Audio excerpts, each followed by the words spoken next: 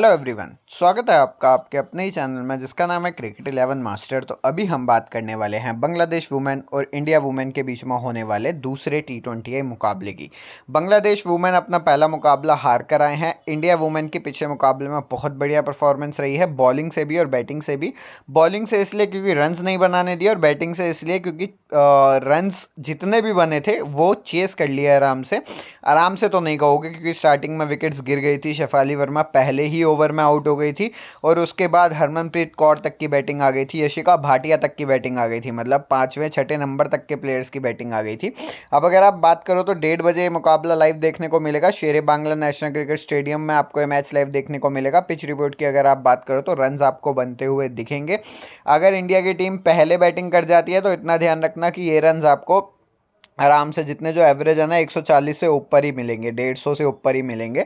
अब अगर आप वेदर रिपोर्ट की बात करो तो कोई भी चांस नहीं है रेन के, पूरे बांग्लादेश में कोई चांस नहीं है क्योंकि अभी हमने बांग्लादेश अफगानिस्तान का ही मुकाबला कवर करा तो उसमें भी कोई भी चांस नहीं है। बट हाँ, गर्मी है पूरे बांग्लादेश में। स्कोरिंग रिकॉर्ड की अगर आप बात करो 65 मुकाबले खेले गए हैं, 31 पहले बैटिंग करने वाली टीम और 34 सेकंड बैटिंग करने वाली टीम मुकाबले जीती है। पिछला मुकाबला भी टीम चेस करते हुए ही जीती। ऑन एन एवरेज पहली इनिंग का स्कोर 140, सेकंड इनिंग का 122। पिछले मुकाबले की अगर आप बात करो तो अगर हेड टू हेड की भी बात कर लो, अब ये 14 मुकाबले हो चुके हैं और 12 इंडिया जीती है और दो सिर्फ और सिर्फ 2 मुकाबले बांग्लादेश जीती है। पिछला मुकाबला 114 रन करे बांग्लादेश वुमेन्स ने। एस रानी ओपन करते हुए 22 रन की पारी, स्लो बैटिंग करी। हर एक प्लेयर ने स्लो बैटिंग करी है बट आपको बहुत बढ़िया दिखी है एस रानी, इसीलिए मैंने एस रानी को अपनी टीम में पिक करा है। डोमेस्टिक में ही परफॉर्मेंस इसकी बढ़िया रही थी। एवरेज अगर आप देखो डोमेस्टिक मैचेस में तो वो 30 की है इस प्लेयर की। Shamima Sultana right hand batsman, head to head team India के खिलाफ सिर्फ और सिर्फ 11 की एवरेज।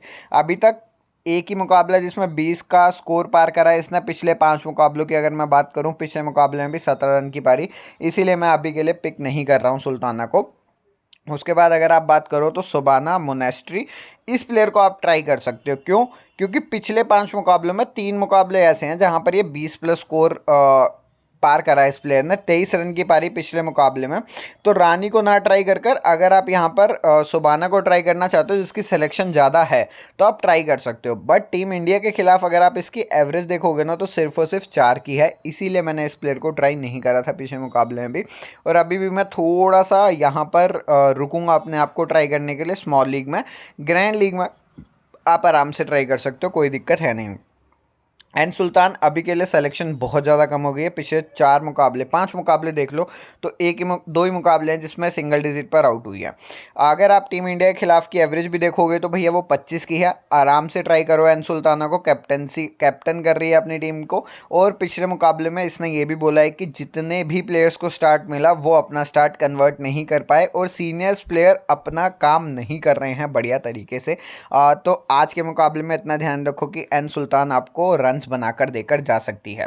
फिर उसके बाद एस अख्तर की अगर आप बात करो, ऑलराउंडिंग सेक्शन में आपको एक प्लेयर मिलेगी। बॉलिंग नहीं करवाई है पिछले मुकाबले में बट बैटिंग में 28 रन की पारी, बहुत बढ़िया पारी आपको खेल कर देकर गई है और इसकी सिलेक्शन भी बहुत ज़्यादा है ऑलराउंडिंग सेक्शन में। आराम से ट्राई कर सकते हो अगर आप करना चाहते हो। रितु मौनी की अगर आप बात करो, इस प्लेयर से भी पिछले मुकाबले में बॉलिंग नहीं करवाई गई। इस टीम के खिलाफ अगर आप देखो तो सिर्फ और सिर्फ 10 की एवरेज और इस ग्राउंड के ऊपर 3 मुकाबले खेल रखे हैं, सिर्फ और सिर्फ 4 की एवरेज। ज़्यादा बढ़िया परफॉर्मेंस रितु मोनी की है नहीं। फिर उसके बाद N Akhter right hand batsman, left arm orthodox bowler, 3 over करवाए, विकेटलेस रही है। और अगर आप लगातार बात करो तो भैया पिछले 5 मुकाबलों से विकेट नहीं चिटकाई है इस प्लेयर ने।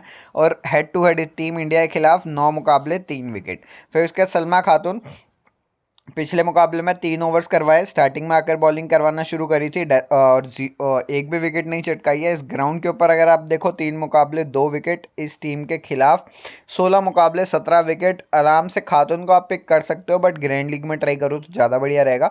मारूफा अख्तर की अगर आप बात करो, लगातार अब 3 मुकाबले हो गए जहाँ पर इसने विकेट चटकाई है। पिछले मुकाबले में स्टार्टिंग में आकर ही विकेट चटका दी थी, बहुत बढ़िया परफॉर्मेंस रही थी। Sultana Khatun right hand batsman, right arm off break bowler, बढ़िया इनकी बॉलर है। बढ़िया स्पिनर है और सीनियर स्पिनर है। 4 ओवर करवाए हैं, पिछले मुकाबले में 2 विकेट चटकाई हैं, बढ़िया परफॉर्मेंस रही है। आराम से आप ट्राई कर सकते हो। रेबिया खान पिक करना नहीं करना आपके ऊपर है, थोड़ा सा ज़्यादा रिस्की रह जाएगा अगर आप इसे पिक करते हो तो। नीचे अगर आप आओ तो बहुत कम चांसेस हैं कुछ चेंज आपको देखने को मिले इस टीम में। अभी के लिए इनके लिए बेस्ट प्लेइंग 11 हो सकती है। उसके बाद अगर आप इंडिया वुमेन की बात करो, शेफाली वर्मा 3 ओवर करवाए, 1 विकेट चटकाई, आउटस्टैंडिंग परफॉर्मेंस रही बॉलिंग में। 6 की एवरेज के साथ, 6 की इकनॉमी के साथ आपको बॉलिंग में रन्स कर देकर गई, मतलब 18 रन खाए और 1 विकेट चटकाई। और अगर आप पिछला मुकाबला देखो तो सबसे पहली विकेट पहले ओवर में ही आउट हो गई थी ये प्लेयर। बट स्टिल मैं ट्राई करूंगा, स्टिल आप इसे कैप्टनसी वाइस कैप्टनसी दे सकते हो। स्मृति मंदाना की अगर आप बात करो, पिछले मुकाबले में 38 रन की पारी, बढ़िया परफॉर्मेंस रही है। अगर आप हेड टू हेड की बात करो तो 20 की एवरेज रहती है, बट पिछले मुकाबले में 38 रन की पारी आपको कर देकर गई है। फिर उसका जिमामी रॉड्रिगेज 11 रन की पारी आपको ये पिछले मुकाबले में कर देकर गई। और लगातार अगर आप देखो तो बेकार फॉर्म में चल रही है जमीमा रॉड्रिगेज। आराम से आप ड्रॉप कर सकते हो अपनी ग्रैंड लीग में, बस इतना ट्राई करना कि अगर टीम इंडिया पहले बैटिंग करती है तो फिर आपको रॉड्रिगेज रखनी ही रखनी पड़ेगी। हरमनप्रीत कौर मैंने इसलिए नहीं रखी थी पिछले मुकाबले में क्योंकि इस मतलब चौथे नंबर पर जो बैटिंग का ऑर्डर दे रखा था हर जगह ही, और उनके ऑफिशियल में भी, वो हरलीन ड्योल को दे रखा था। मुझे लग रहा था हरलीन ड्योल आएगी ऊपर, इसीलिए मैंने ग्रैंड लीग में किसी किसी टीम में हरलीन ड्योल को पिक करा था। बट हरमनप्रीत कौर ने अपने आप को चौथे नंबर पर रखा। नॉर्मली चौथे पर ही आती है, बट जैसे शीट दे रखी थी उस हिसाब से जब मैं गया तो वहाँ पर हरलीन ड्योल का नाम था। तो अभी के लिए हरमनप्रीत कौर आपके लिए बढ़िया ऑप्शन है, चौथे नंबर पर आ रही है। और आराम से मेरे हिसाब से टीम इंडिया की 3-4 विकेट्स तो गिरी जाएंगी। 54 रन की पारी पिछले मुकाबले में, हाफ सेंचुरी, बहुत बढ़िया परफॉर्मेंस रही है। सबसे ज़्यादा रन इसी ने करे हैं। उसके यशिका भाटिया, जैसे मैंने आपको पिछले मुकाबले में बताया था, ये प्लेयर कैचिंग भी करेगी, ये प्लेयर आपको कुछ रन्स भी कर देकर चली जाएगी। तो ये बढ़िया ऑप्शन है आपके लिए विकेट कीपिंग सेक्शन में। हरनील ड्योल की अगर आप बात करो, देखो अगर यहाँ तक बैटिंग आ जाती है तो इतना ध्यान रखना कि भैया यहाँ बहुत ज़्यादा क्यॉस हो जाएगा फिर टीम इंडिया में। तो हरलीन ड्योल की बैटिंग आना बहुत कम चांसेस है आज के मुकाबले में भी।